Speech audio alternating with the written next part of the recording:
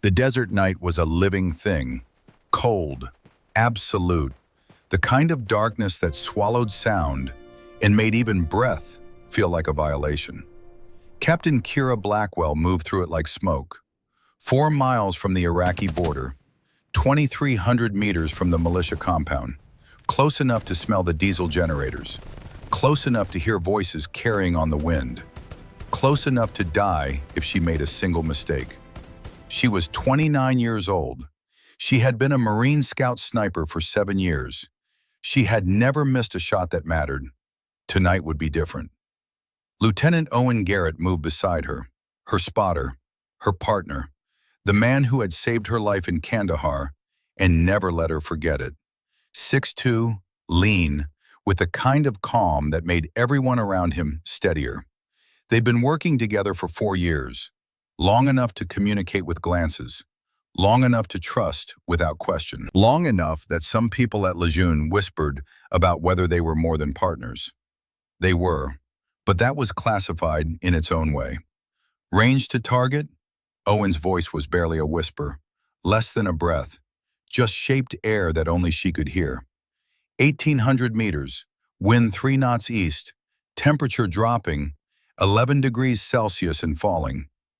Owen adjusted the laser rangefinder.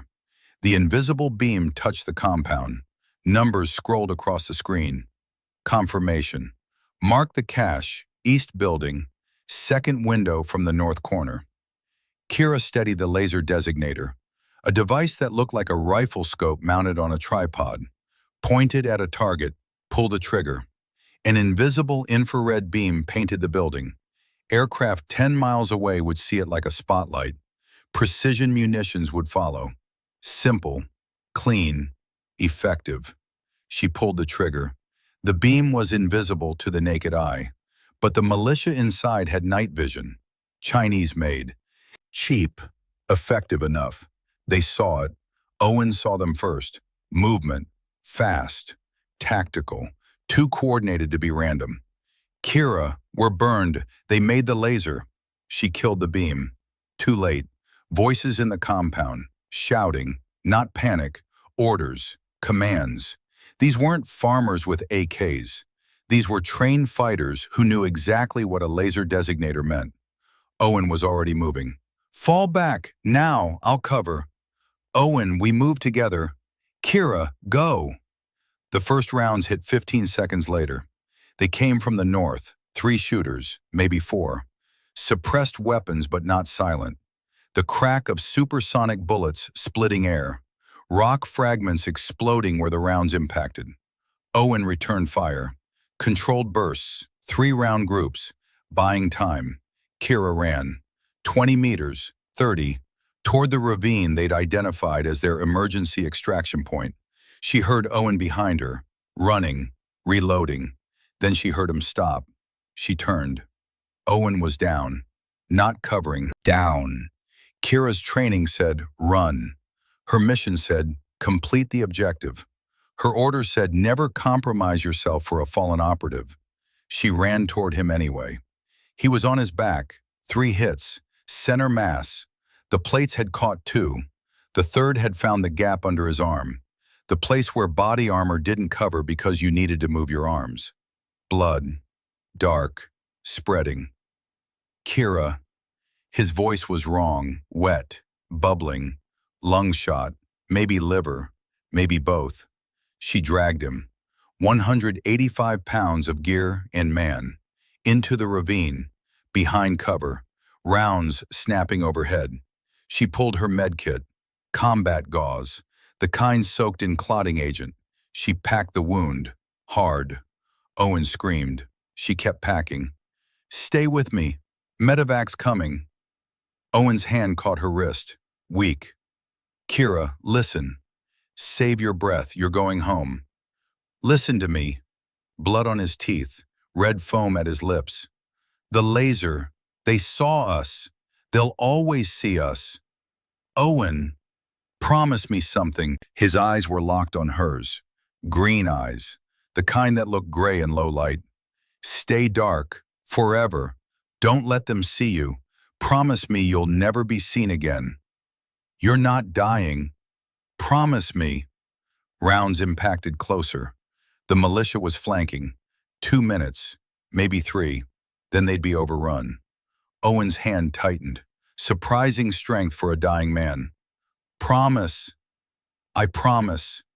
Tears now, hot on her face. She didn't wipe them. I swear, I'll disappear. They'll never see me. Never. Good. Something like peace crossed his face. Good.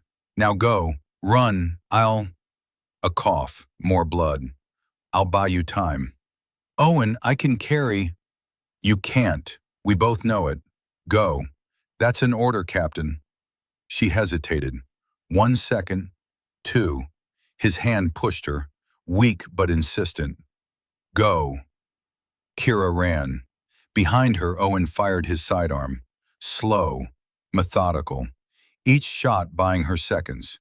Each shot saying, I'm still here. Come get me. Leave her alone. She was 300 meters away when the firing stopped. 4 years later, New Mexico borderlands, 23 miles from the nearest town, 37 miles from the nearest highway. The kind of nothing that satellite imagery barely bothered to photograph. The desert sun hadn't broken the horizon. Temperature hovered at -4 Celsius, cold enough that breath crystallized, cold enough that exposed skin went numb in minutes. Captain Kira Blackwell reached her position at 0500 hours.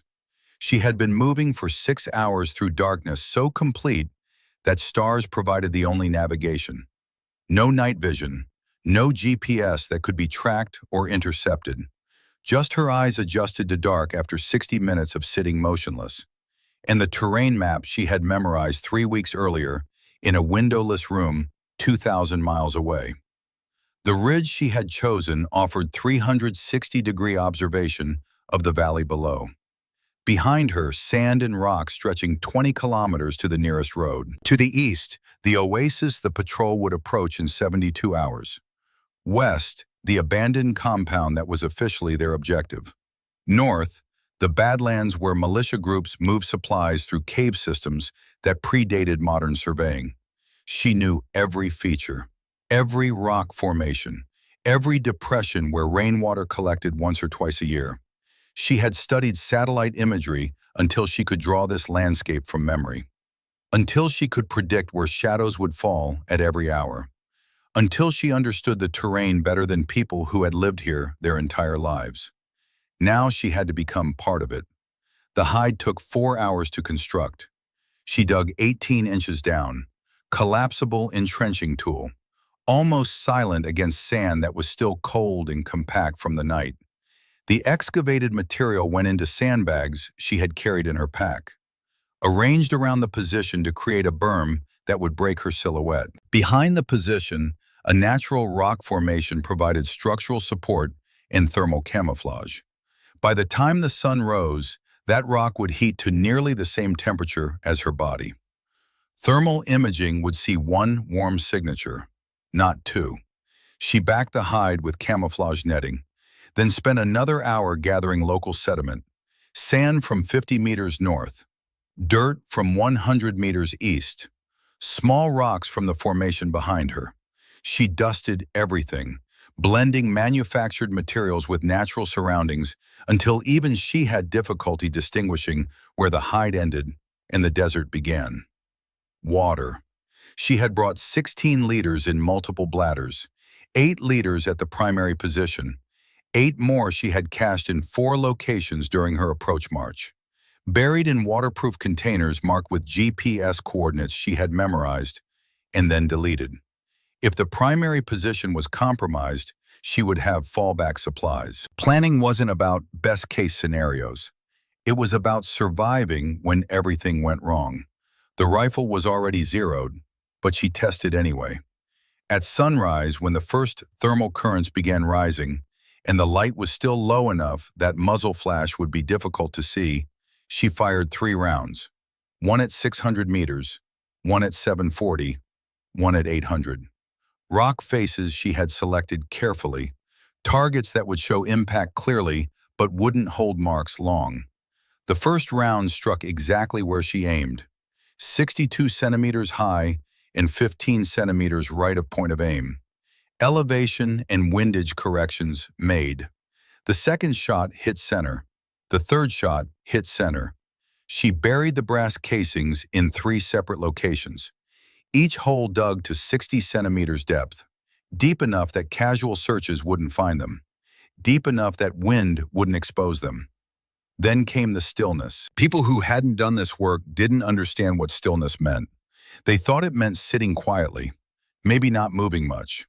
Operational stillness was different. It required rewiring the nervous system's basic responses.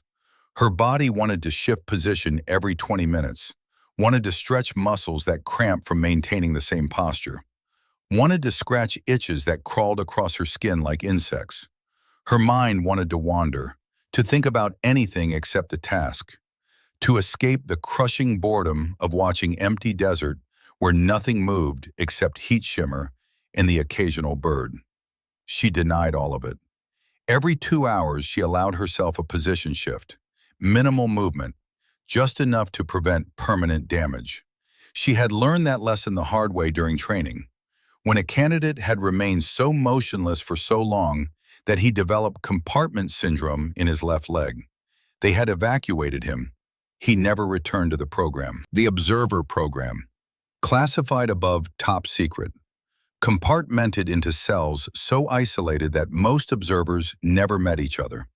She had been Observer Watcher 7 for 4 years now, since 2 weeks after Owen died, since she had made that promise, since she had decided that staying invisible was the only way to honor a dead man who had died buying her visibility.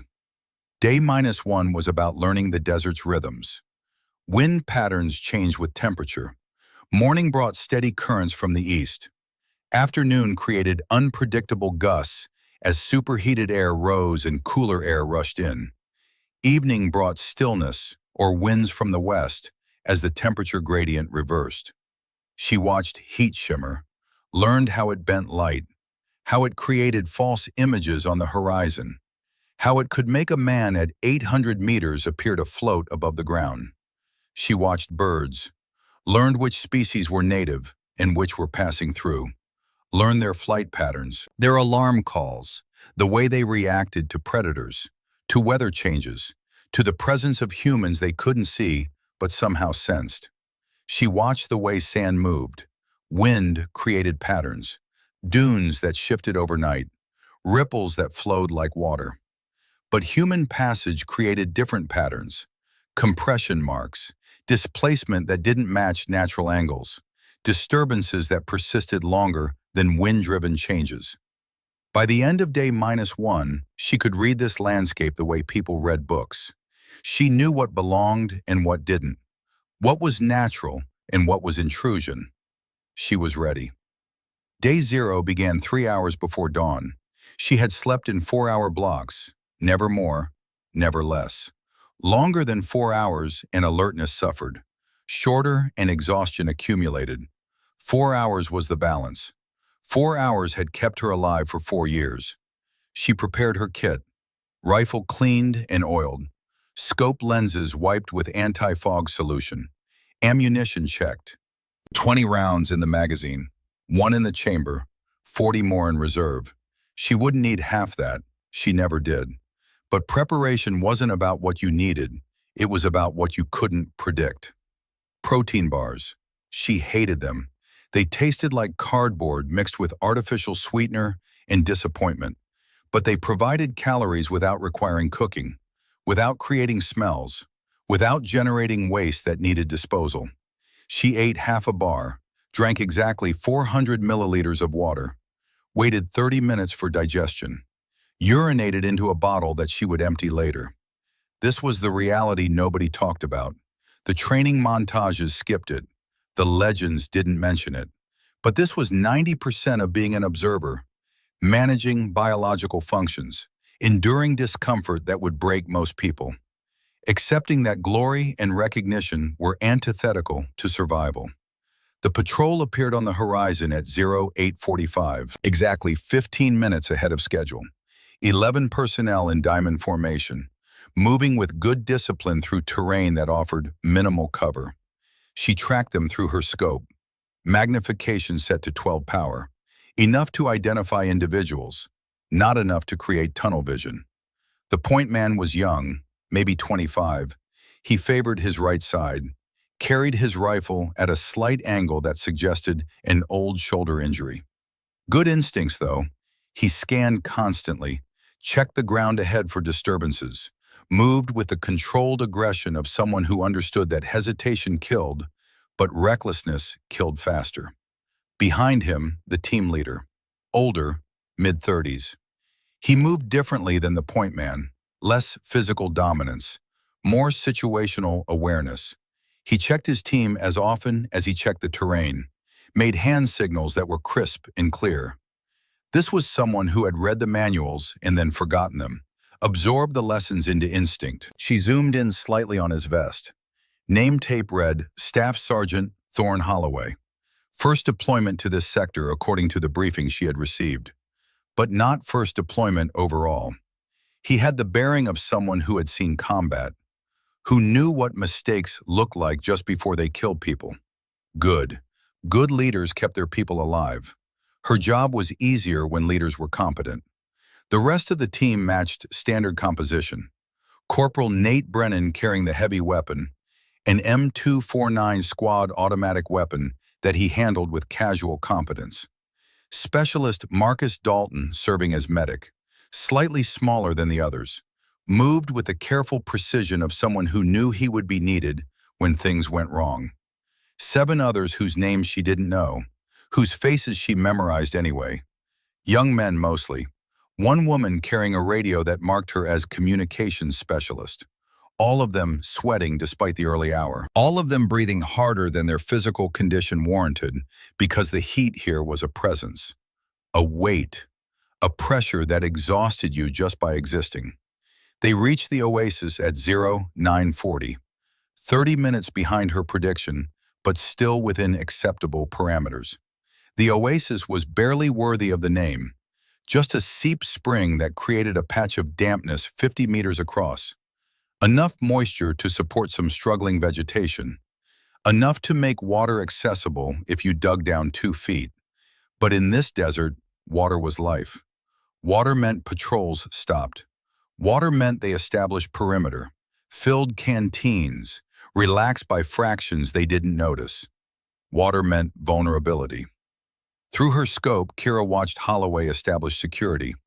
Good 360 coverage, overlapping fields of fire.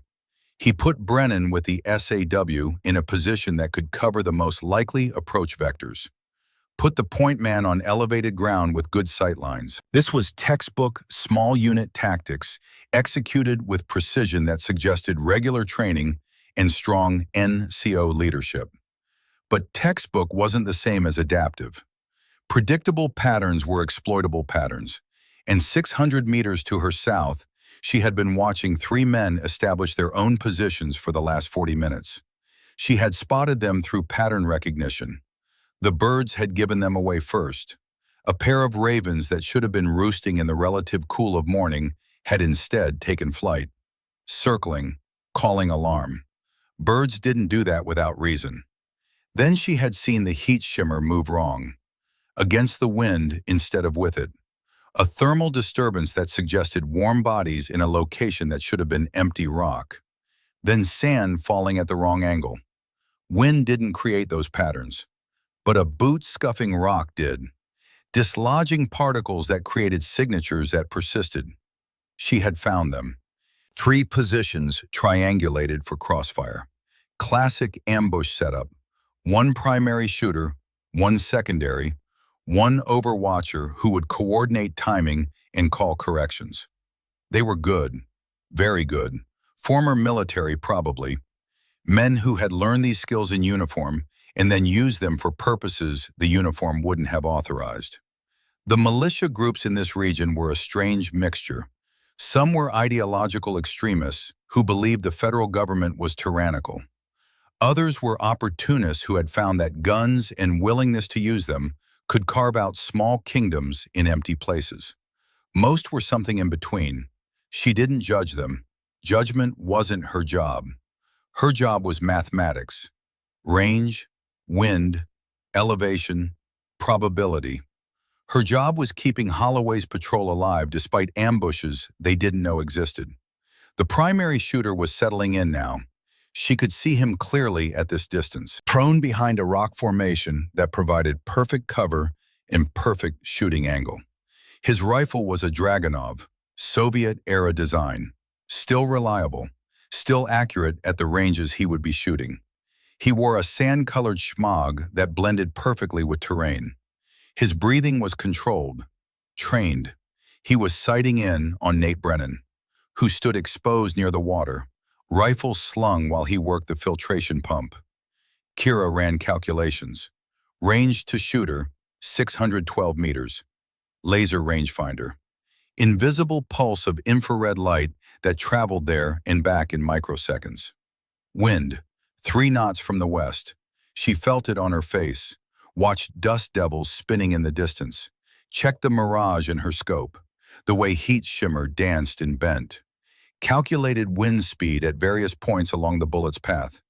Temperature, 41 degrees Celsius. Hot air was less dense. Less density meant less resistance. Bullets traveled slightly faster in hot air, dropped slightly less. Marginal differences. But at 600 meters, margins were life and death. Elevation, positive 43 meters. She was shooting downward at an angle. Gravity pulled perpendicular to Earth, not parallel to the bullet's path. Angular shooting reduced effective gravity, which meant less drop. She had to calculate horizontal distance, not slant distance. Horizontal was approximately 608 meters.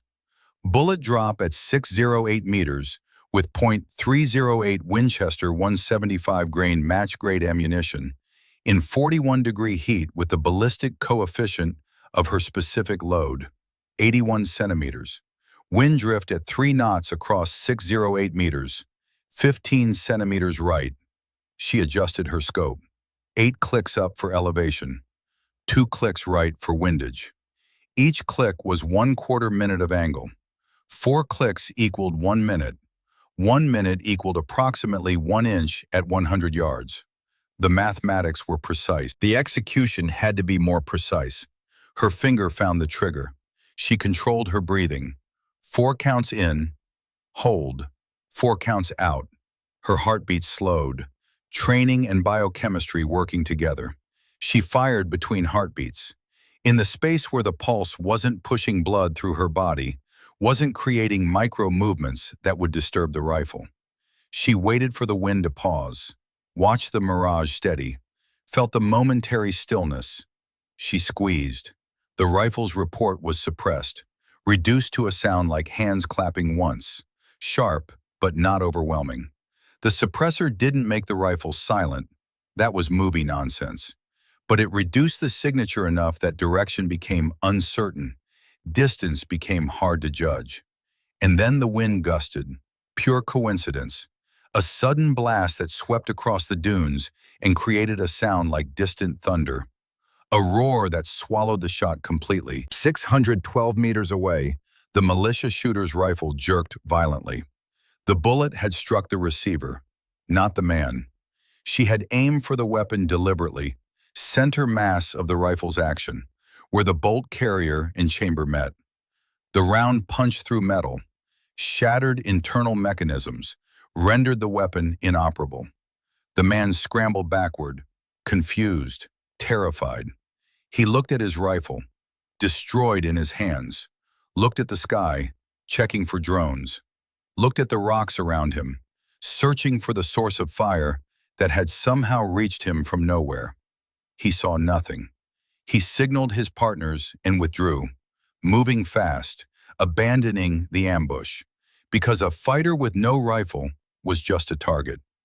At the oasis, Thorne Holloway froze. He had heard something. Not the shot, the wind had covered that, but the sound of metal fragmenting.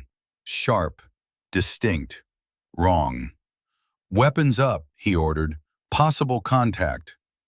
The patrol reacted instantly. 11 personnel spreading into defensive positions. Scanning sectors, fingers on triggers. Brennan swung the SAW toward the most likely threat axis. The point man dropped prone behind cover with his rifle already shouldered. But there was nothing to see. The desert was empty. Heat shimmer danced. Wind blew. Somewhere a raven called. After 2 minutes of silence, Brennan spoke. Maybe the wind hit something. Debris from the old military range. Metal sheeting. Holloway didn't respond immediately. He was scanning, thinking, processing. He had heard metal on metal. In the desert, metal meant human activity, meant weapons, equipment, vehicles. But metal at what distance? From what direction? The acoustics here were deceptive.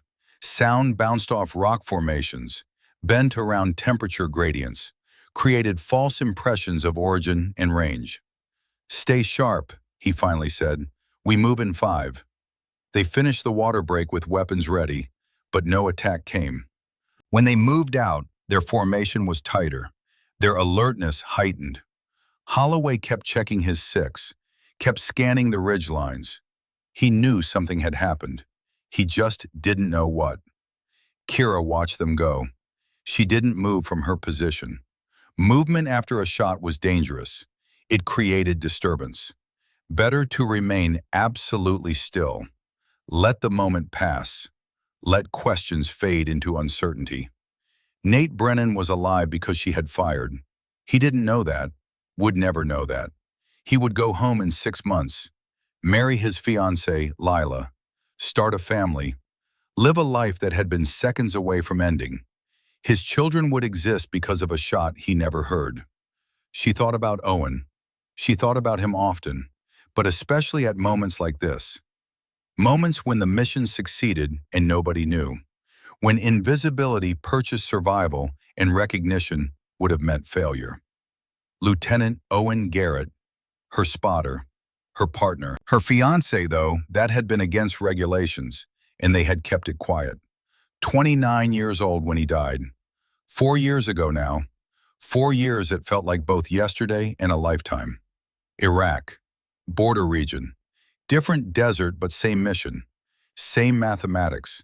Same invisible war fought in the spaces between official operations. Owen's last words gasped through blood filling his lungs. "Stay dark. Forever. Don't let them see you. Promise me you'll never be seen again." She had promised, and she had kept that promise. 4 years invisible. 4 years operating in the spaces between. 4 years watching patrols survive because someone they didn't know was preventing deaths they would never know were coming.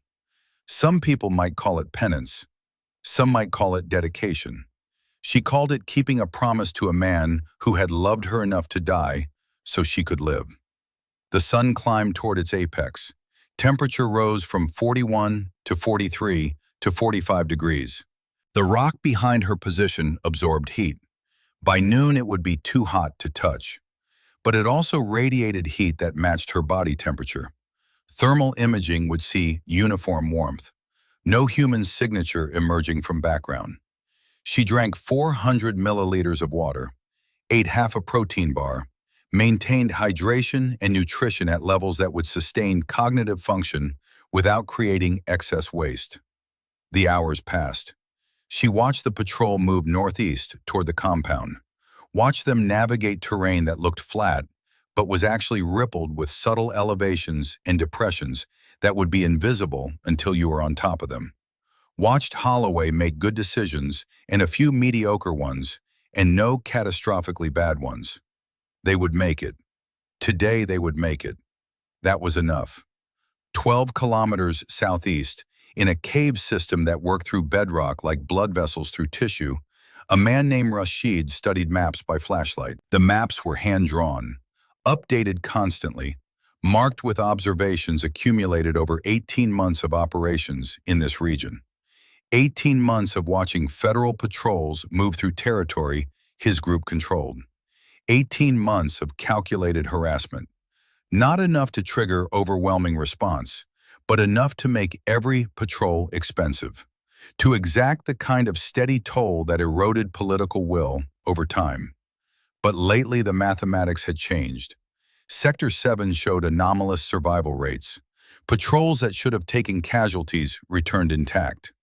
Ambushes that should have succeeded failed for reasons that defied analysis.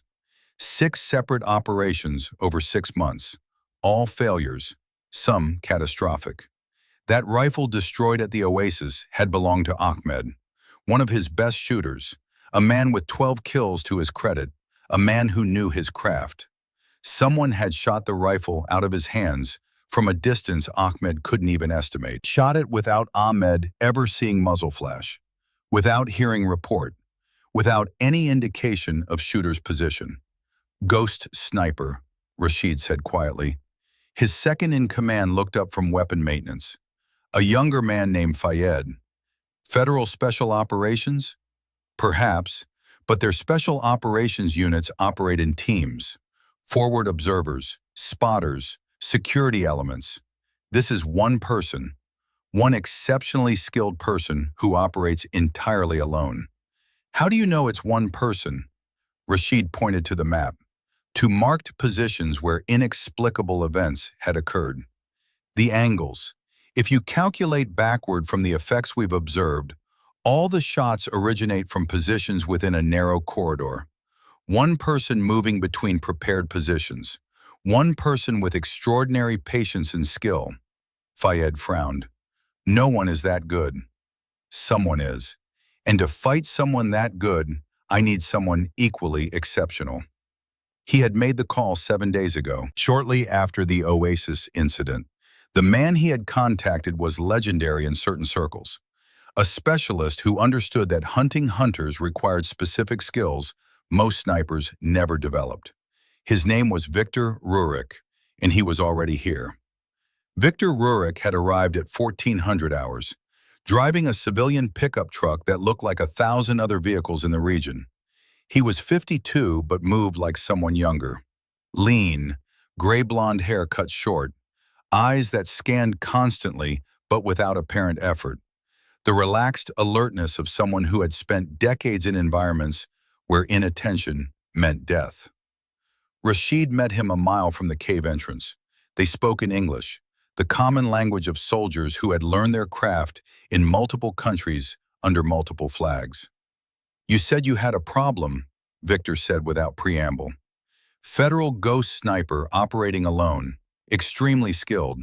6 months of operations against my forces. 0 contact, 0 identification. My men are starting to believe she's supernatural. She? Assumption based on intuition, the patience, the absolute discipline, the preference for disabling shots over killing shots. Could be male, but my instinct says female. Victor considered this. You have position data? Rashid spread maps on the truck's hood, marked locations where anomalies had occurred. Here, here, and here, 6 events. If you calculate reverse trajectories, they suggest northwest ridge positions with excellent observation. But we've searched those ridges, found nothing. You wouldn't. Someone operating at that level doesn't leave obvious signs. Victor studied the map. His finger traced terrain features. What's your tactical objective? I want her neutralized, either killed or driven from the area. As long as she's active, my operations in Sector 7 are impossible. Neutralized, not captured, not identified. I'm realistic about probabilities. Someone with her skill level won't be captured. Identity is secondary to elimination. Victor nodded slowly. My rate is 50,000, half now, half on completion. Completion is defined as confirmed kill or permanent withdrawal from area of operations. I work alone. I don't follow your operational timeline. I'll require 4 weeks minimum, possibly 8. And if I determine she's beyond my capability to eliminate safely, I withdraw with no refund. Agreed. They shook hands. A transaction made between professionals who understood the rules of a game most people didn't know existed. Victor spent the next 4 days studying terrain. He moved methodically, never rushing, understanding that patience was the first requirement of counter-sniper work. He didn't search for the sniper directly, Instead, he searched for disturbances, ripples, the tiny imperfections that even the most disciplined operator couldn't completely eliminate. Rock faces showed almost imperceptible variations in thermal retention. Stone that had been in shadow from a human body warmed slightly slower than stone that hadn't been shaded. The difference was measurable only with thermal imaging equipment and careful observation, but it was measurable. Vegetation showed stress patterns. A plant growing near an occupied position would show marginally reduced growth on the side facing the position, not from direct damage, but from altered light patterns, from carbon dioxide concentration, from microscopic changes in soil moisture where a human body had compressed ground and altered drainage. Sand grain distribution told stories. Wind created specific patterns. Human presence disrupted those patterns in ways that persisted even after the presence was gone. Reading these signs required experience most soldiers would never develop. Victor had developed them over 30 years. He had hunted snipers in Chechnya, in Syria, in half a dozen conflicts that never made headlines. He had learned that the best way to find an invisible enemy was to stop looking for the enemy and start looking for the absence. The space where something should be, but wasn't. The negative space that implied positive presence. On his fourth day of hunting, he found her first position, the hide near the oasis. It was masterwork, perfectly integrated with terrain, thermal camouflage that would defeat most sensors, sand and rock arrangement that created natural-looking formations covering manufactured structure. But the rock behind the position showed thermal stress patterns. And there, at the very edge of the hide, one plant showed asymmetric growth. And the sand grain ratios were wrong by fractions of a percent. She had been here multiple days, and she had left traces so subtle that only another expert would recognize them as traces, rather than natural variation. Victor smiled. This would be interesting. 400 meters away, behind a ridge that provided perfect defilade, Kira Blackwell tracked Victor Rurik through her scope. She had spotted him 3 hours ago. Thermal signature moving with purpose through terrain that militia avoided. Movement patterns that suggested training. Soviet training, probably. The methodical grid search. The way he paused to examine ground that looked unremarkable. He was good. Very good. He was also hunting her. She could see it in the way he moved, the way he studied her old position, the way he photographed details with a professional camera, the way he made notes. This wasn't militia. This was a specialist, a counter-sniper, someone who hunted people like her for a living. The realization sent adrenaline through her system. Not panic, just heightened awareness.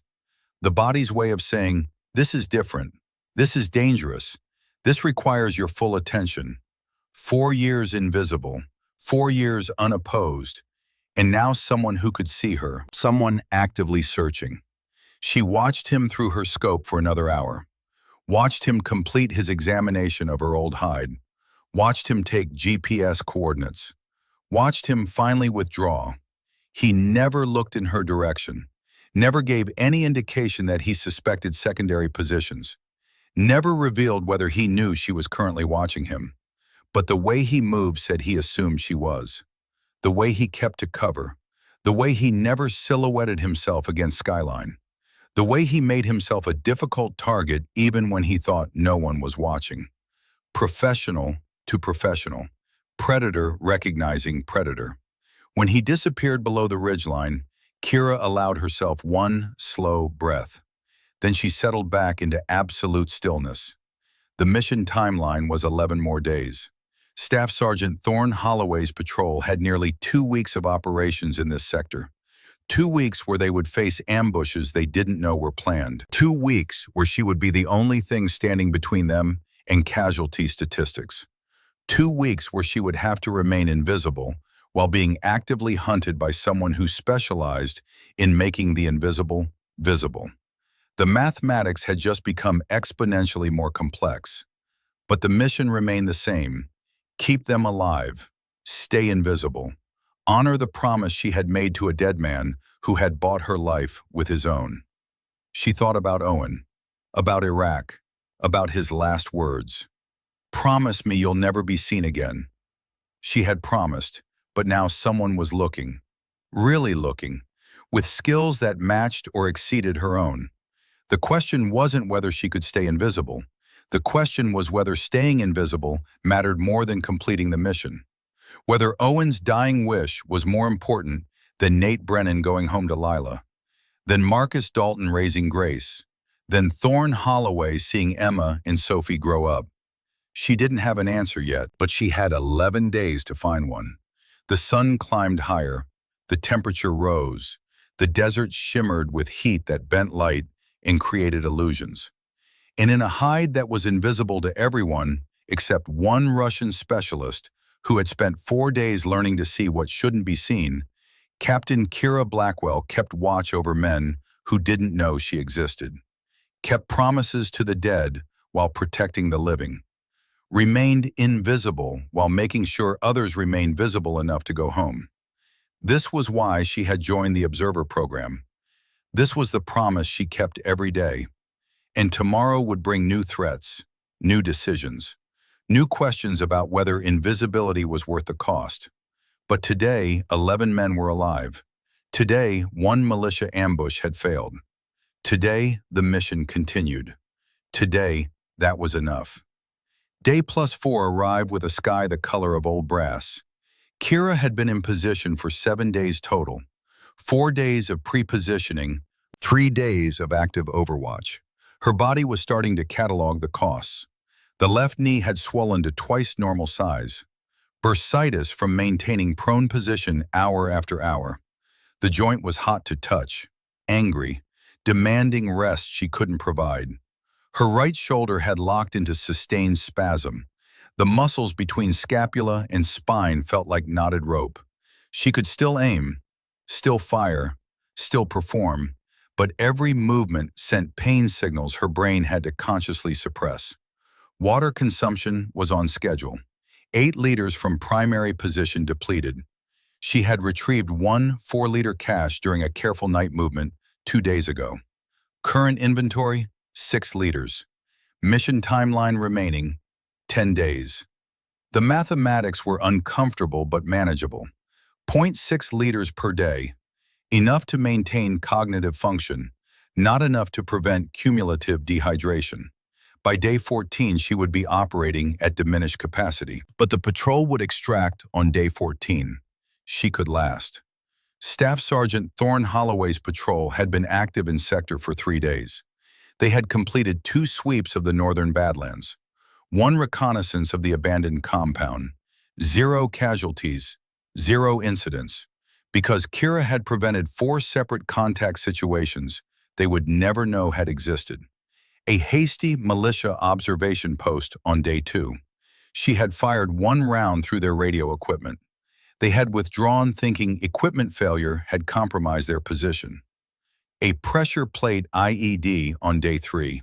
She had shot the detonator wire from 800 meters while the patrol was still 500 meters away.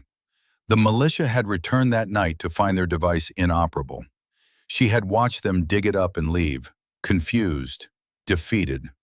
2 planned ambushes that dissolved when she destroyed equipment at impossible ranges, making militia fighters question whether their positions were compromised, whether they were being observed by drones or satellites or something they couldn't identify. Fear of the unknown was a weapon she wielded with surgical precision. But now there was Victor Rurik. She had tracked him for 4 days, watched him establish his own positions, watched him study terrain with the patience of a man who understood that haste created mistakes, and mistakes created body bags. He was good, better than good. He moved through the desert like he had been born to it. His camouflage was seamless, his thermal discipline perfect. His understanding of how to read ground sign was equal to her own. On day +4, their game of chess reached its critical phase. Kira spotted him at 0630, 840 meters northeast of her position. Elevated terrain, perfect angle on the patrol's planned route for the day. He was setting a trap. Not for the patrol, for her. She watched him through her scope, magnification set to 18 power, close enough to see details. The way he positioned his rifle, the way he created multiple firing ports in his hide, the way he established fallback routes. This wasn't a hunting position. This was bait. Victor knew she was watching, knew she would see him, knew she would recognize the threat he posed to Holloway's patrol. The question was whether she would engage. If she did nothing, Victor would let the patrol pass. His target was her, not them. But if she engaged, she would reveal her position, give him the triangulation data he needed. It was elegant, professional, the kind of trap that only worked against someone skilled enough to recognize the threat and care enough to prevent it. Kira ran scenarios. Option 1, do nothing. Let Victor sit in his position. Let the patrol pass safely. Maintain invisibility. Accept that Victor would still be hunting her tomorrow. Option 2, engage. Take the shot. Save theoretical future problems by eliminating Victor now. Accept that her position would be compromised. Accept that she would need to relocate under observation. Option 3, counter-maneuver. Move during the patrol's passage. Use their movement and noise as cover. Establish new position while Victor's attention was divided between watching for her shot and tracking the patrol. She chose option 3. The patrol reached the kill zone at 0815. Holloway had them moving in a modified wedge formation. Good dispersion, adequate security. He was learning, adapting, becoming the kind of leader who brought people home. Kira waited until they were at the closest point of approach to Victor's position, 200 meters, close enough that their movement would create sound and thermal signatures that would mask her own. She moved. Not fast, not slow, controlled. Every step placed with precision, every weight transfer calculated to minimize ground disturbance. She covered 300 meters in 12 minutes, glacial progress, but progress that left minimal trace. Her new position offered different angles, different fields of fire. Most importantly, it offered observation of Victor's hide that he couldn't have anticipated. She settled in, controlled her breathing, let her heart rate drop. Through her scope, she watched Victor. He was still scanning the original corridor, still waiting for the shot that would reveal her. The patrol passed. Holloway called halt at the far side of the danger area. Security established. Brief rest. Victor remained in position, patient, professional. Then he did something unexpected. He spoke. Not loud, but in the desert silence, sound carried in strange ways. He was speaking in English, accented, Russian, but clear. He wasn't speaking to his radio, he was speaking to her. Watcher 7, I know you are there. I know you are listening. I am Victor Rurik. In Chechnya, I hunted ghosts. In Syria, I found them. You are very good, but I am very patient. A pause. Wind filled the silence. I give you professional courtesy. One time only. You may withdraw. Leave this sector. I will not pursue. Your reputation will remain. Your legend will grow. Or you may stay, and we will finish this. But if you stay, one of us will die. This is not threat. This is mathematics. Another pause. You have until tomorrow, 0700. After that, we are enemies without mercy. He packed his equipment, withdrew, moving with the same professional care that marked everything he did. Kira watched him go. Her mind processed the offer, the implications, the risks. Victor was giving her an out. Professional respect from one apex predator to another. The kind of courtesy that came from understanding what it meant to live in the shadows, to do work that would never be acknowledged, to accept that death could come from a shot you never heard, from a shooter you never saw. She could take the offer.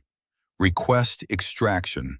Reassign to another sector. Let someone else watch over Holloway's patrol.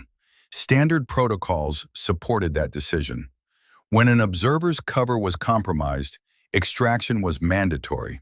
Continuing operations under direct counter-sniper threat violated every doctrine that kept observers alive. But Holloway's patrol had 10 more days in sector.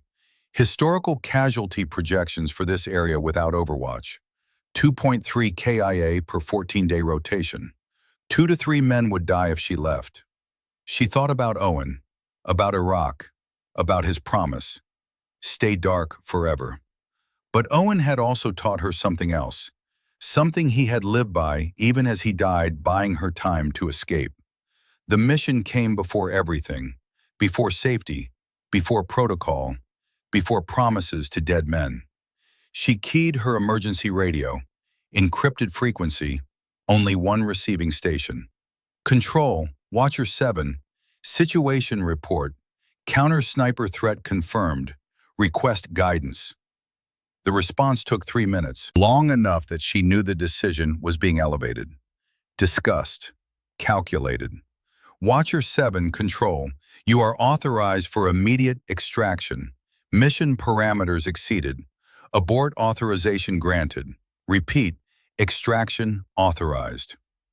Kira looked through her scope at Holloway's patrol. They were mounting up, preparing to move to next objective. Nate Brennan was laughing at something. Marcus Dalton was checking his aid bag. Thorne Holloway was scanning the horizon with binoculars. Men who didn't know someone was deciding whether they were worth dying for. Negative, Control. Watcher 7 continuing mission. Silence on the radio. 5 seconds. 10. Watcher 7, confirm. You are refusing extraction? Affirmative, Control. Threat is manageable. Mission continues. Another pause. Copy, Watcher 7. Notation made. Your decision is recorded. Stay safe out there. The radio went silent. Kira settled back into her position, checked her water inventory. 5.6 liters. 10 days to go. 0.56 liters per day. She could make that work. She had to make that work, because somewhere behind her, Victor Rurik was preparing for war. And somewhere ahead of her, 11 men were walking through a desert that wanted to kill them. And she was the only thing standing between those two facts. Day +6 brought weather. The sky turned from brass to bronze to rust. The wind shifted from steady east to chaotic gusts from every direction. Temperature dropped 5 degrees in an hour. Sandstorm. Kira recognized the signs. She had trained in desert environments for 7 years, had deployed to Iraq, Afghanistan, Kuwait, had learned to read weather like some people read books. This storm would be big. Visibility would drop to 0. The patrol would be caught in the open, vulnerable. She checked her equipment, sealed her scope, covered her rifle's action with cloth, secured everything that could be blown away. The storm hit at 15:30. The world became screaming wind and stinging sand. Visibility dropped from kilometers to meters in 20 minutes. Sound became meaningless. Even breathing required effort as sand found every opening in her face covering. Through the chaos, she could barely track the patrol's position. Thermal imaging showed 11 signatures clustered together. Good. Holloway had ordered them to link equipment with paracord. Smart. The only way to maintain unit integrity in 0 visibility. Then she heard it. Or rather, she felt it. Pressure changes. Movement through the storm. Multiple contacts approaching from 2 directions. She couldn't see them. Couldn't get a clear thermal signature through the swirling sand. But she could feel them. Militia. Using the storm as cover, moving to flank the patrol's position. The mathematics of the ambush were elegant. Let the patrol shelter in place. Let them cluster for security, then attack from 2 sides with overwhelming firepower at ranges where visibility would be measured in single-digit meters. Point-blank massacre. Kira had no shot, no visual, no way to engage effectively. But she had sound. She calculated angles based on the pressure changes she felt, based on the direction of movement she sensed more than saw. based on 30 months of combat experience that had taught her to read battlefields through senses that went beyond sight. She fired 3 rounds into the sand 30 meters from the patrol's position. Not at targets, at empty ground. Spaced 5 seconds apart. Deliberate pattern. Unmistakable signal. The sound carried despite the wind. 3 distinct cracks. Even spacing. Impossible to mistake for random noise or debris impact. At the patrol's position, Thorne Holloway heard them. He had been in combat long enough to recognize a signal when he heard one. 3 rounds, even spacing. That wasn't natural. That wasn't accident. That was someone communicating. "Move!" he shouted into the storm. "Northeast! Now! Stay linked! Move!" The patrol moved blind, stumbling through sand that felt like walking through water, trusting their compass, trusting their leader, trusting a warning from an unknown source. The militia reached the depression 3 minutes later, found it empty. They searched, called out, fired rounds into the storm hoping for lucky hits. Nothing. The patrol had missed them by minutes and meters. The militia withdrew, cursing the storm, cursing luck, not understanding that luck had a name and a rifle and a position they would never find. Kira remained motionless after firing. Her hands were shaking, not from fear, from the magnitude of what she had just done. 4 years of protocols, 4 years of absolute invisibility, 4 years of never revealing position or presence or existence. Gone in 3 shots. Every militia fighter in the sector now knew someone had fired. Victor would hear about it, would know she had broken cover, would know she had chosen mission over invisibility, would know her weakness. She thought about Owen, about his promise, about 4 years of keeping that promise so perfectly that she had become legend. "Owen," she whispered into the storm. "I'm sorry. I broke it. I broke the promise, but 10 men are alive. I couldn't watch them die. I couldn't." Tears came, hot on her face, mixing with sand and sweat. "I hope you understand. I hope wherever you are, you see why I had to. I hope you forgive me." The storm raged. Sand scoured her position. Wind howled like something alive and angry. But beneath the chaos, Kira felt something that might have been peace. She had broken the promise, but she had saved the mission. And maybe that was what Owen had really meant. Maybe staying dark wasn't about hiding. Maybe it was about being the shadow that kept others in the light. Maybe she had finally understood what he was trying to teach her when he died. The storm cleared at 1800. Visibility returned in stages. First 10 meters, then 50, then hundreds. The desert had been reshaped. Dunes moved. Familiar landmarks altered. But the sky was clear and the wind had died to nothing. Kira scanned for the patrol, found them 2 kilometers from their original position. They had used the storm's cover to break contact. To escape an ambush they had only partially understood was coming. All 11 personnel accounted for. 0 casualties. Mission successful. But her position was compromised. Her presence was announced. Her invisibility was shattered. She began the process of relocating. Carefully, methodically, every item packed, every trace removed, every sign of human presence eliminated as much as possible. It took 4 hours. By 2200, she had established a new position 600 meters southwest. Different angle, different fields of fire. Less ideal for long-range observation, but better for close-in defense. Because Victor would come. She knew that now. The sandstorm shots had given him something. Data, confirmation, proof that she valued the mission more than invisibility, that she would break cover to save them. And that meant he knew how to draw her out. Day +8 brought Victor's response. Kira spotted him at first light. He wasn't hiding, he was presenting himself. 840 meters northeast. Perfect elevation, perfect fields of fire, and he was in position to observe the patrol's planned movement route. not to shoot them, to make her think he would. She understood immediately. This was the same trap, refined, perfected. Show her a threat to the patrol, force her to engage, use her engagement to triangulate position and eliminate her.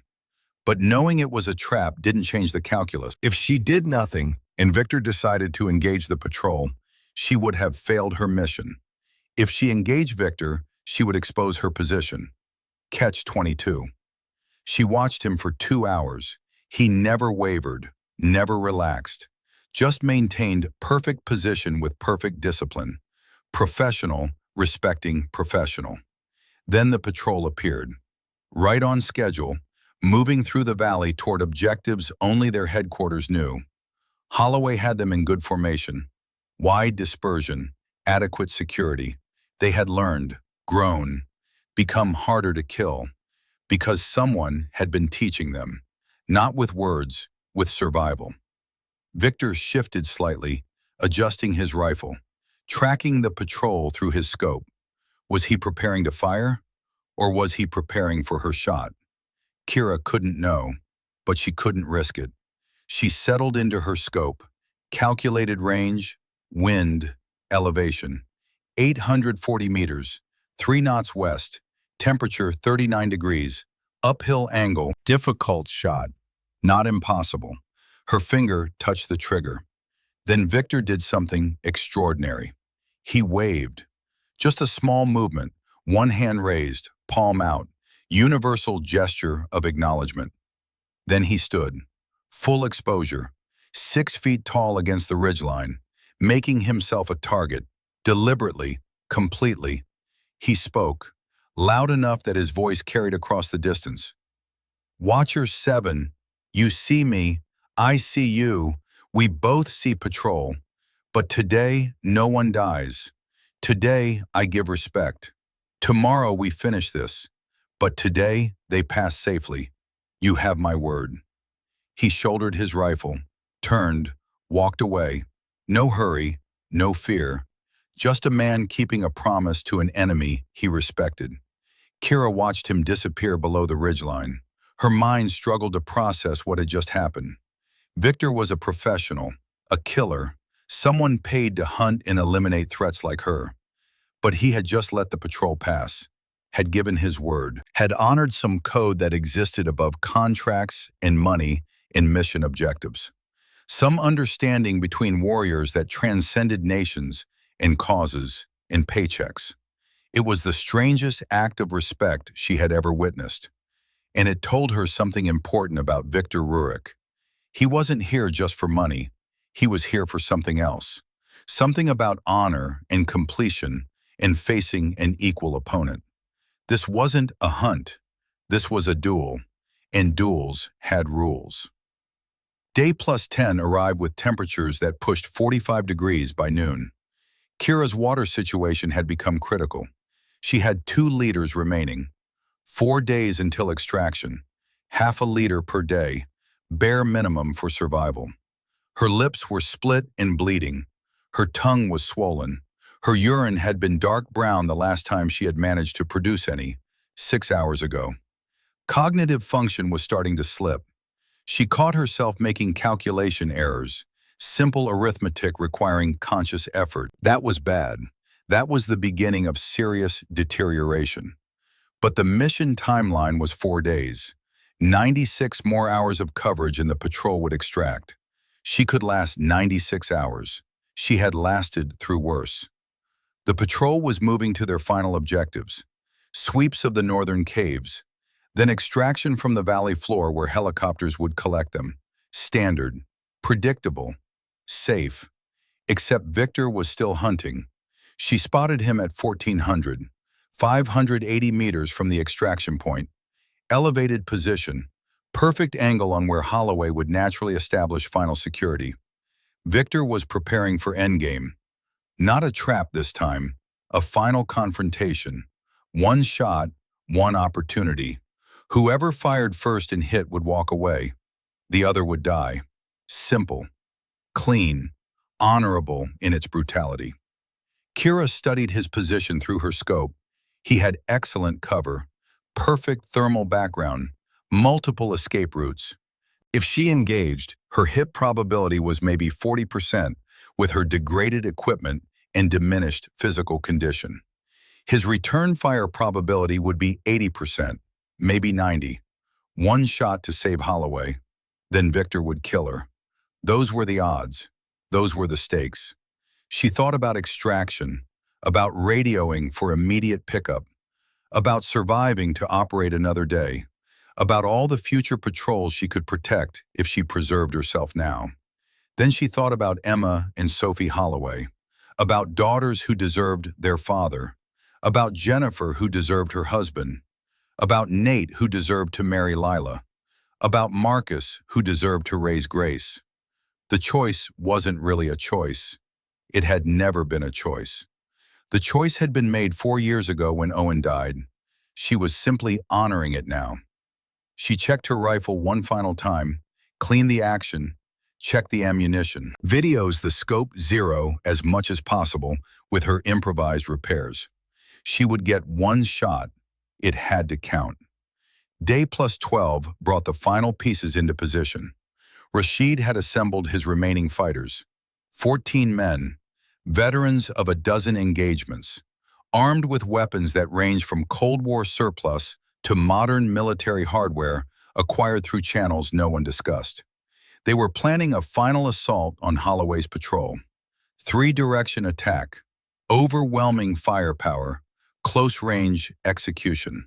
And Victor would provide overwatch, eliminating Holloway while the patrol was distracted by the main assault. Elegant, professional, nearly impossible to counter. Kira watched the pieces move into position through her scope, watched Rashid's fighters infiltrate, watched Victor settle into his final hide, watched Holloway's patrol approach the extraction point with no idea what was waiting. 0700 on day plus 14, extraction day. The patrol reached the valley floor at 0630. Early. Good. That gave them time to establish security before helicopters arrived. Holloway set them in a circular perimeter, overlapping fields of fire. He put Brennan with the SAW in the most defensible position, put Riley on elevated ground, put Dalton in the center where he could reach any casualty quickly. Textbook, professional, exactly what training taught. But textbook was predictable, and predictable was exploitable. The attack came at 0700 exactly. Militia from 3 sides, automatic weapons fire, RPG rounds, coordinated and vicious. Marcus Dalton went down in the first seconds, leg wound, not arterial but bleeding heavily. Nate Brennan was pinned between 2 firing positions, couldn't maneuver without exposing himself to crossfire. And Victor had his scope on Thorne Holloway. Kira saw it all, calculated everything. Understood that she had perhaps 5 seconds to save 3 lives. Shot 1. Save Brennan. 580 meters northeast. Militia fighter with AK in elevated position. Shot 2. Save Dalton. 640 meters east. Overwatcher directing fire on the wounded medic. Shot 3. Save Holloway from Victor. 620 meters south. After shot 3, Victor would have her exact position within 1.8 seconds. Would return fire immediately. Would probably kill her. But 3 shots meant 3 men lived. 3 fathers went home. 3 families stayed whole. The mathematics were simple. Kira made her choice. She thought about Owen one last time, about Iraq, about promises made to dying men, about 4 years of invisibility purchased with his death. Owen, she whispered, I kept your promise as long as I could, but this is more important. This is what you died for. Not for me to hide, for them to live. She stood up, full exposure on the ridgeline, 6 feet tall, silhouette against morning sky. Every instinct screaming at her to stay low, every protocol violated, every rule broken. But standing gave her the stable platform she needed, gave her the best possible chance of making 3 impossible shots with degraded equipment and exhausted body. Below, Thorne Holloway turned, saw her. Woman, dark hair, face covered in blood and sand, left eye swollen nearly shut, rifle raised, expression of absolute determination. Their eyes met. 3 seconds. Recognition, understanding, gratitude. Then she moved, ran 15 meters laterally, full sprint, making herself a difficult target, creating tracking problems for Victor, buying seconds. She fired while running. Advanced technique. Accuracy degraded, but sometimes degraded was sufficient. Shot 1. The militia fighter pinning Brennan. Center mass. Down. Brennan scrambled to cover. Safe. Shot 2. The overwatcher targeting Dalton. Headshot. Down. Riley dragged Dalton to safety. Safe. Shot 3. Victor. She aimed for his heart. Her round took him in the right shoulder. 6 inches left of lethal. Disabling, not fatal. He dropped his rifle, fell back, hand clutching the wound. His shot came a fraction of a second after hers. Missed by 4 inches. Close enough that she felt air displacement. Close enough that different luck would have killed her. But she was alive. She rolled over the ridgeline, disappeared below sightline, ran 300 meters before going to ground. Behind her, Holloway's patrol was extracting under covering fire. All personnel accounted for. 0 KIA. Mission successful. She had broken every protocol, exposed herself completely, revealed her position and methods in existence. 4 years of perfect invisibility destroyed in 30 seconds of full visibility. But 11 men were boarding helicopters. 11 men were going home. Emma and Sophie Holloway would have their father at dinner tonight. Grace Dalton would grow up knowing her dad. Nate Brennan would marry Lila in October. That was the trade. Invisibility for lives. Safety for service. Future for mission. Kira collapsed behind cover, checked herself for wounds. Blood everywhere, but most of it was from the glass cuts when Victor had destroyed her scope days earlier. Nothing new, nothing fatal. She activated her emergency beacon, the frequency she hadn't used in 4 years. Control, Watcher 7, mission complete, request immediate extraction, medical attention required, equipment damaged, position compromised, time in field, 17 days.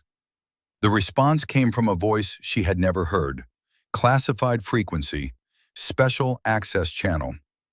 Copy, Watcher 7, extraction in progress. ETA 90 minutes. Your service is recognized. Your sacrifice is noted. Well done. 90 minutes. She could last 90 minutes. She had lasted 17 days. 90 minutes was nothing. She settled into concealment and waited for pickup that would take her away from this desert where she had lost her invisibility but found something else. Something about why the work mattered more than the recognition. About why some missions required everything and gave back only the knowledge that you had done what needed doing. The radio crackled. Holloway's frequency. Not to her, to command. Reaper 16 to all units. Sector 7 extraction complete. All personnel accounted for. 0 casualties. Repeat, 0 casualties. A pause.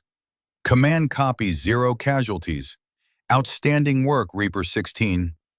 Another pause. Then Holloway's voice. Quiet. Not for official record. Just speaking to whoever might be listening. To whoever was watching. Thank you. My daughters thank you. My wife thanks you. We all thank you. We don't know your name, don't know your face, but we know you were there. And that's enough. That's everything. Kira closed her eyes. Let the words wash over her. First acknowledgement in 4 years. First evidence that someone understood what she sacrificed, what she endured, what she chose.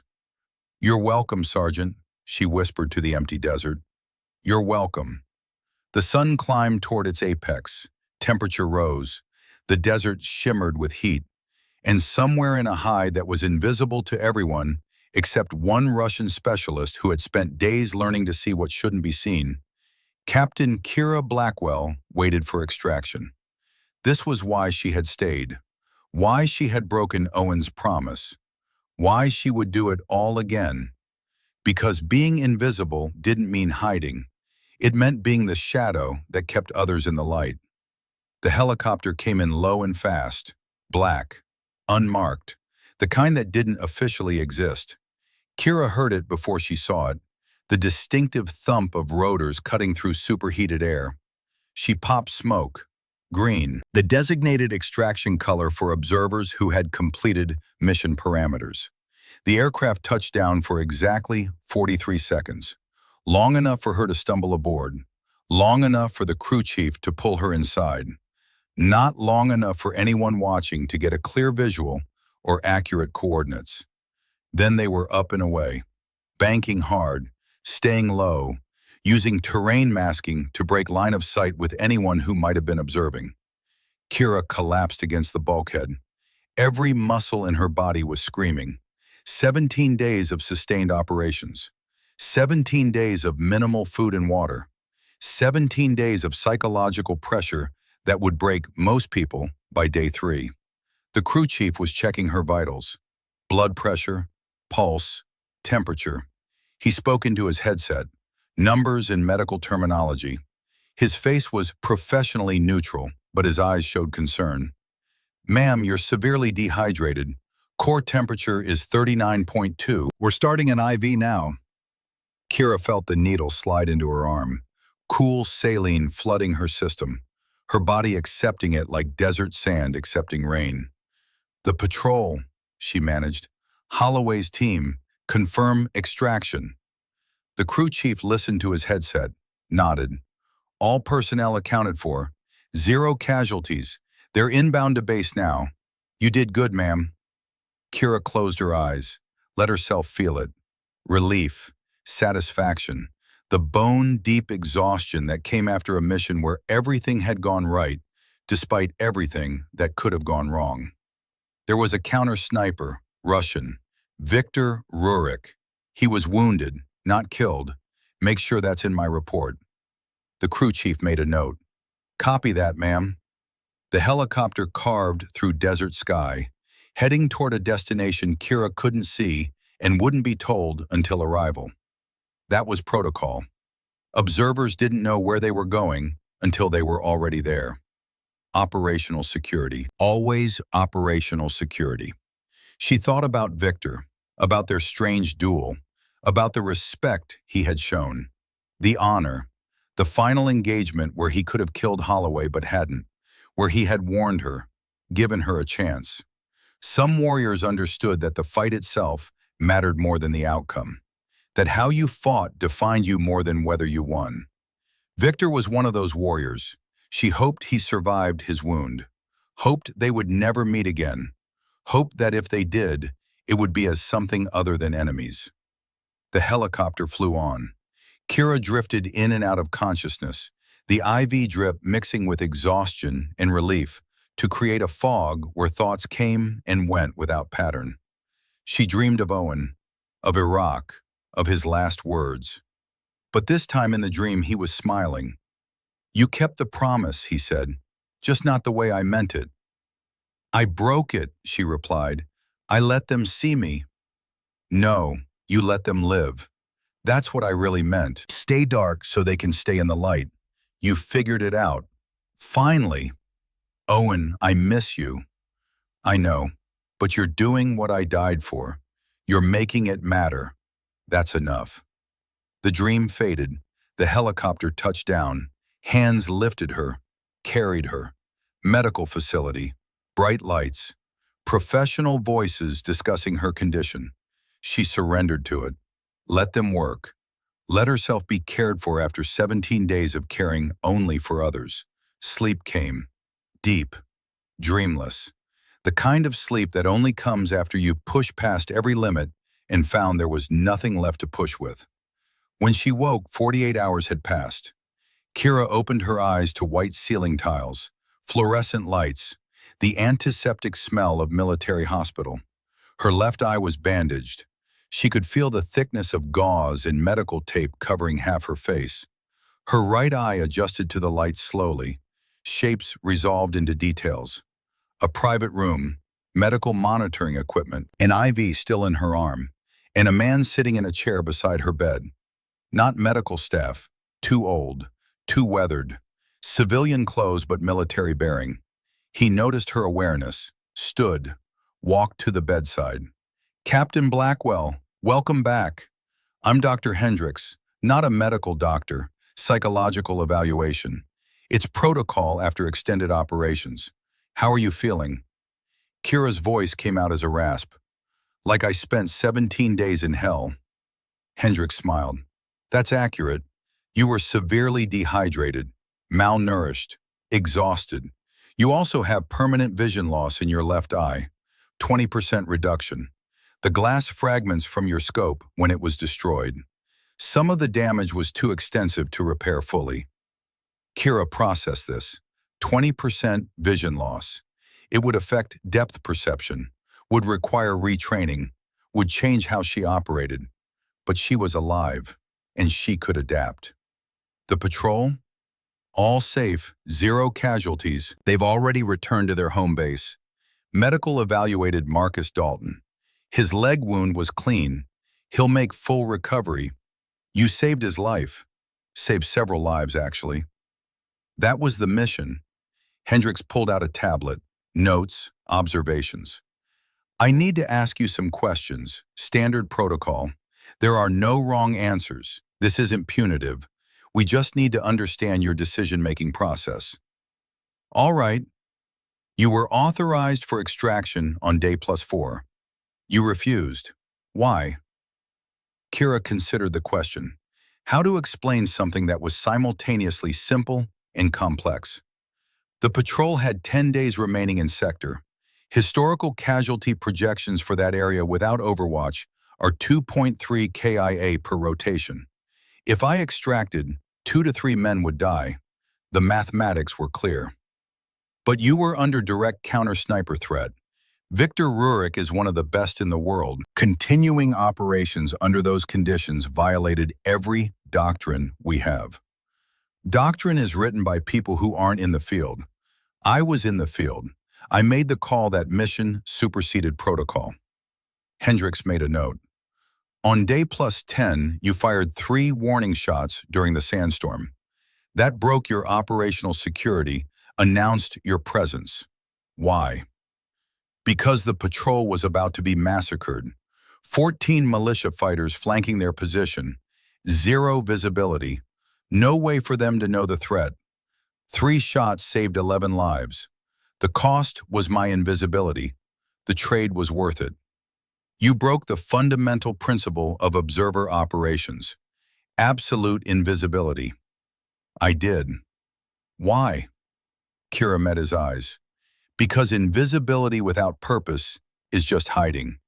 My purpose was keeping them alive. When I had to choose between staying hidden and saving them, there was no choice. Keeping soldiers alive is the mission. Everything else is secondary. Hendricks studied her for a long moment. Then he smiled. "Captain Blackwell, you've achieved what we call operational maturity. The understanding that protocols serve mission, not the other way around. That rules are tools, not chains. Very few observers reach this level of judgment. Congratulations." He stood, prepared to leave, then turned back. "You're being promoted. Senior observer. You'll train new candidates. Pass on what you've learned. Your field operations are over unless you specifically request deployment. You've earned the rest." After he left, Kira lay in the hospital bed, processing everything. Operational maturity, promotion, training role. It should have felt like victory, like completion. Instead, it felt like loss, because field operations were over. The work she had done for 4 years, the work that had defined her since Owen died, the work that had given purpose to survival. Over. She would train others now, would pass on knowledge and skills, would create new generations of watchers who would do what she had done. It was important work, necessary work. But it wasn't the same as being out there, being the shadow that kept others in the light. A nurse came in, checked her vitals, adjusted the IV, prepared to leave. "Wait," Kira said. "Is there a package for me? Personal effects?" The nurse checked a chart. "Yes, brought in with you. One waterproof bag, I'll get it." She returned a moment later with a sealed plastic bag, military issue, designed to survive immersion, fire, impact. Kira opened it with shaking hands. Inside, her personal items: camera, encrypted drives, spare magazines, medical supplies, and something that hadn't been there when she packed: a brass compass, old, Gulf War era, engraved. She picked it up, read the inscription through her one good eye. "To the Watcher, your shadow keeps us in the light. Reaper 16. Below that, someone had added a note, handwritten, folded paper tucked behind the compass face. Kira unfolded it with trembling fingers. "Found this in Sector 7. Records show no official equipment loss. Classified as unknown memorial. Thought you'd want it. You were seen. Not your face, not your name, but your purpose. That's what matters. Thank you for my life. Thank you for letting me see my daughters grow up. T.H." Kira held the compass, felt its weight, its history, its meaning. Thorne Holloway had left this for her, had retrieved it somehow, had made sure it found its way into her hands. Acknowledgement, recognition, the thing she had thought she didn't need, the thing Owen had made her promise to never seek. But it turned out acknowledgement wasn't about ego or pride or recognition. It was about connection, about being part of something larger, about knowing that your sacrifice mattered to someone. Tears came, silent, controlled, but real. For the first time in 4 years, she let herself feel the full weight of what she had done, what she had lost, what she had gained. Owen had died so she could live, but he had also died so others could live. And for 4 years, she had honored that, had made his death mean something beyond just her survival. She had kept the promise, just not the way either of them had expected. 6 months later, Montana Rockies, high country, terrain that made the New Mexico desert look gentle by comparison. Captain Kira Blackwell stood on a ridge overlooking a valley where a new patrol was conducting operations. Training exercise, simulated threat environment, safe, controlled, but training for real missions that would come soon enough. Beside her, a younger woman scanned the valley through spotting scope. 24 years old, lean, focused, sharp eyes that missed nothing. Observer 12. Call sign Watcher 12. Real name Bryn Archer. Selected for the program 3 months ago. Top of her sniper class. Exceptional scores in fieldcraft and tactical patience. Psychological profile that showed the kind of discipline required for extended solo operations. Kira had been training her for 8 weeks now, teaching her everything.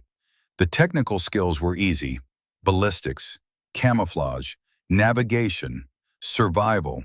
The hard part was teaching judgment. When to engage, when to watch, when to break protocol because mission demanded it. Target at 700 meters, Bryn said. Northwest Ridge. Thermal signature. Op 4 sniper setting up on the patrol route. What's your assessment? Kira asked. Range is within capability. Wind is negligible. Clean shot. Should I engage? Should you? Bryn studied the situation longer. The patrol hasn't reached the danger area yet. They're still 300 meters out. If I shoot now, I reveal position early. Op 4 will adjust. Better to wait until the patrol is in the kill zone. Shoot then. Less time for OPFOR to react. Good, but what if waiting means the patrol takes casualties before you can engage? This is training, no real casualties. But in the field? Bryn was quiet for a moment. In the field, I shoot now. I don't risk them, even if it compromises my position. Why? Because their lives matter more than my invisibility. Keeping them alive is the mission. Staying hidden is just a method. Kira smiled. You understand, that's good. That's the hardest lesson. Some observers never learn it. They get so focused on protocols that they forget what the protocols are for. You learned it, Bryn said. I read your file. Sector 7, Victor Rurik. You stood up on a ridgeline in full view, took 3 shots while running, saved 11 lives. Instructors use it as a case study now. The Kira Blackwell decision, they call it. They named it after me? They did. Example of when operational judgment supersedes doctrine. When mission requires breaking every rule to succeed. It's what separates good observers from great ones. Kira felt something warm in her chest. Pride, maybe, or satisfaction, or just the knowledge that what she had done mattered, that it would inform how others operated, that it would save lives she would never know about. What happened to Victor? Bryn asked. The Russian counter-sniper. Did he die? No, shoulder wound, disabling but not fatal. He withdrew from the area. Intelligence tracked him back to Eastern Europe. He's retired now, living in a cabin in the Carpathian Mountains. You ever think about him? Sometimes. He was the best opponent I ever faced. Skilled, professional, honorable. Strange as it sounds, I respect him. I think he respected me too. Think you'll ever see him again? I hope not, but if I do, I hope it's as something other than enemies. They watched the training exercise unfold below. The patrol moved into position. The Op-4 sniper took his shot. Training rounds, laser designators, computer scoring that determined hits and misses without actual bloodshed. Safe, controlled, nothing like the real thing, but preparing them for when it would be real, when the stakes would be lives instead of scores. Tell me about Owen, Bryn said quietly, if that's okay. The man who made you promise to stay invisible. Kira was silent for a long moment, deciding how much to share. What parts of the story mattered? Owen Garrett, lieutenant, my spotter, my partner, the best man I ever knew. We were together for 4 years, deployed 3 times. He saved my life in Kandahar. I saved his in Mosul. We kept each other alive until Iraq. What happened in Iraq? We were marking a target, militia weapons cache. They saw the laser designator, came at us fast. Owen pushed me behind cover, held them off, bought me time to escape. He was dying when I reached him, shot 3 times. He made me promise I would stay invisible forever, never be seen. I think he meant for my safety, so I wouldn't put myself at risk like he had, so I would survive. But you broke the promise. I did, because I realized staying invisible wasn't the point. The point was making sure others could be seen, could go home, could live. Owen died so I could survive, but he also died so that work could continue, so soldiers could have someone watching over them. Breaking the promise to stay hidden was actually keeping the deeper promise, the one about why we do this work. Bryn nodded slowly. That's beautiful, and sad, and perfect. They stood in silence for a while, 2 watchers on a mountainside, one who had learned the hardest lessons, one who was still learning. I'm scared, Bryn admitted, of my first real deployment, of making the wrong call, of getting someone killed because I hesitated or because I acted too soon, of not being good enough. Fear is good, Kira said. Fear means you understand the stakes. The ones who aren't scared are the ones who fail. They don't respect the responsibility. You'll be scared your entire career, but you'll learn to operate through the fear, to make decisions despite it. That's what makes you professional. How long until I'm ready? You're already ready, technically, tactically.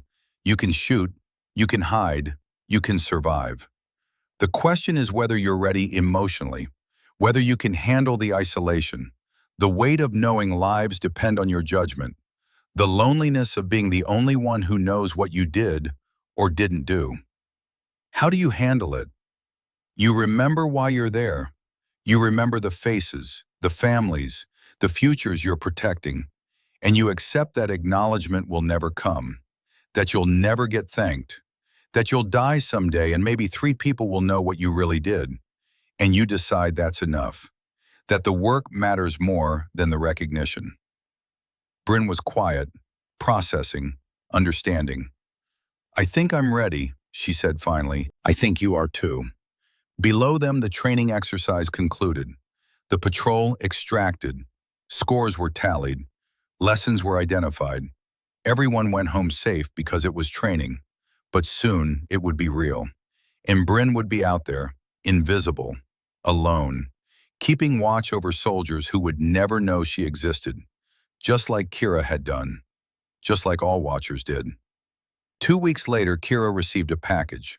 No return address, postmarked from Romania, delivered through channels that suggested intelligence community involvement.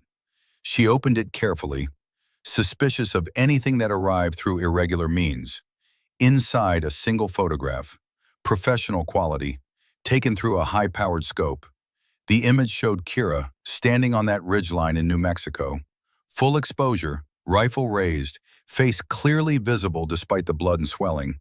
The moment she had broken invisibility. The moment she had chosen mission over protocol. The moment that had defined everything that came after. On the back, a note in careful handwriting. Watcher 7, some prey earn their freedom through skill and honor. You have both. This photo is the only one. No copies exist. No records remain. You are invisible again if you choose. We will not meet, but know that you were worthy opponent. Respect. VR. Victor. He had photographed her, had proof of her face, her identity, everything that could compromise her and every operation she had been part of. And he was giving it to her, destroying his own intelligence, erasing his own advantage, because respect mattered more than advantage, because honor transcended conflict. Kira held the photograph for a long moment, studied her own face, saw someone she barely recognized, exhausted, bloodied, determined, alive. She walked to her kitchen, turned on the stove, held the photograph over the flame, watched it curl and blacken and disappear. Victor had given her invisibility back, had trusted her to destroy the only evidence, had honored their duel by erasing its proof. Victor understood honor. So did she. That was enough. The photograph turned to ash. The evidence disappeared. Kira Blackwell became invisible again. By choice this time, not by protocol. And that made all the difference. 3 years later, Kira stood in a Pentagon briefing room, classified level that required 3 separate security checks just to reach the hallway outside. Around the table sat generals and intelligence directors, people who made decisions that affected thousands of lives, people who would never be named publicly, but whose choices shaped history. The briefing was about observer program outcomes, effectiveness, survival rates, strategic value. An analyst presented data, charts, statistics, numbers that told stories without names. Sector 7 maintained 92% survival rate for 18 consecutive months, highest in Department of Defense history. Anomalous result that defies standard statistical modeling. Projected casualties based on historical data, 37 KIA, actual casualties, 3. 34 lives saved by factors we cannot fully explain. A general spoke. Can't explain or won't explain? Sir, the observer program is compartmented above my clearance. I can report outcomes. I cannot report methods or personnel. But you're saying someone was responsible for this? Sir, I'm saying the data suggests intervention, protection, overwatch from an unidentified asset operating outside normal command structures. The general looked around the table, saw knowing glances, subtle nods, people who understood what couldn't be said officially. How many sectors show similar anomalies? The analyst checked his notes. 12, sir. all with survival rates that exceed projections by statistically impossible margins. 12 sectors, 12 observers? Sir, I cannot confirm. I'm not asking you to confirm. I'm making an observation. 12 sectors, 12 guardian angels, 12 reasons why our people come home when the mass says they shouldn't. Silence in the room. The kind of silence that acknowledged truth without speaking it. Finally, the general stood. Whatever we're doing, it's working. Make sure it continues. Make sure these people get whatever support they need. Make sure we never forget what they're doing, even if we can never acknowledge it publicly. Dismissed. The briefing ended. People filed out, returning to offices and operations and the endless machinery of military bureaucracy. Kira remained seated, waiting until the room emptied. The general noticed, walked back to the table. Captain Blackwell, something you wanted to add? Sir, I was Observer Watcher 7, Sector 7, those 34 lives. I knew their names, their faces, their families. They weren't statistics to me. They were real people who deserved to go home. The general sat down, studied her. The Kira Blackwell decision. We teach it now. Example of operational judgment superseding doctrine. You broke every rule to save 11 lives in one engagement, cost you your field career, cost you permanent vision damage. But those 11 men went home. Yes, sir. Was it worth it? Kira didn't hesitate. Yes, sir, every time. I'd make the same choice again. That's why you're here. That's why we're expanding the program. Need people who understand that the mission is lives, not rules. People who can train the next generation to think like you do, to care like you do. He stood, extended his hand. Thank you for your service, Captain. The service we can acknowledge and the service we can't. Both matter. Both make a difference. They shook hands. Kira felt the weight of it, the recognition, the gratitude, the understanding. She had been invisible for so long that being seen felt strange. But it also felt right, because being seen didn't mean she was visible. It meant her work was visible. Her sacrifice was visible. Her purpose was visible. And that was what mattered. She left the Pentagon, walked into Virginia sunshine, breathed air that tasted of possibility and purpose and peace. Somewhere, Observer Watcher 12 was in position, watching over a patrol, keeping them safe, staying invisible so they could stay in the light. Somewhere, other watchers were doing the same. 12 sectors, 12 guardians, 12 silent professionals doing work that would never be acknowledged. And Kira Blackwell walked through the world knowing she had been part of something larger than herself, something that mattered, something that would outlast her.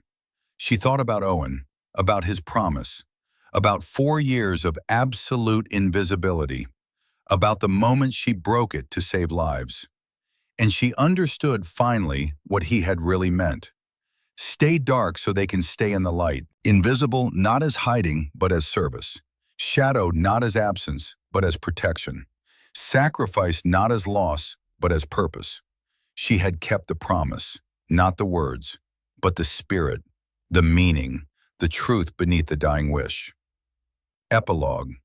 Kira sat on her porch. Montana sky stretched overhead, mountains in the distance. Peace that came from knowing she had done what she was meant to do. Her phone buzzed. Text message. Unknown number. Encrypted. She opened it. Watcher 7. Heard you retired. Heard you train others now. Good. The work continues. New generation will be better because you teach them. Question. If I am ever in trouble, if old Russian needs help from old enemy, would Watcher 7 answer? No obligation, just curiosity. VR. Kira smiled, typed her response.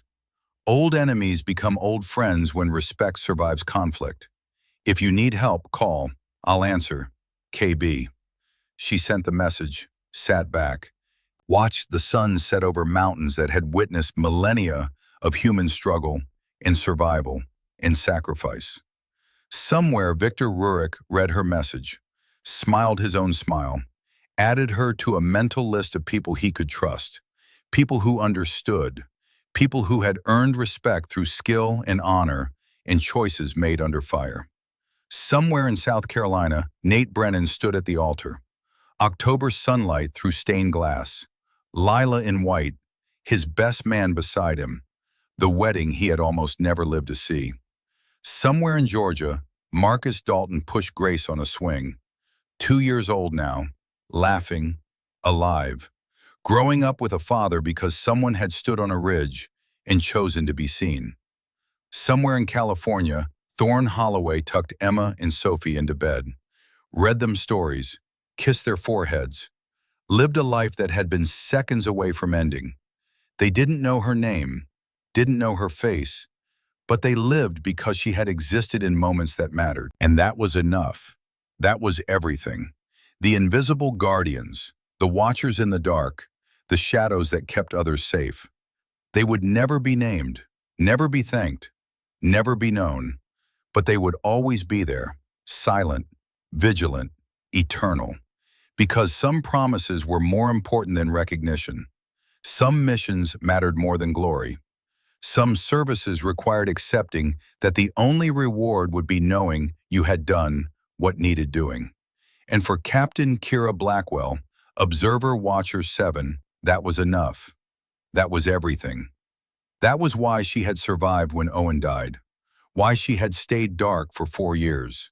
Why she had broken invisibility when mission demanded it. Why she trained others now. Why she would answer Victor's call if it came. Why she walked through the world with peace instead of regret. Because she had understood finally what Owen had really meant. The promise wasn't about hiding. It was about being the shadow that kept others in the light. And she had kept that promise every day since he died. Would keep it every day until she died. Would pass it on to every observer she trained. Silent, invisible, eternal. And that was enough. That was everything.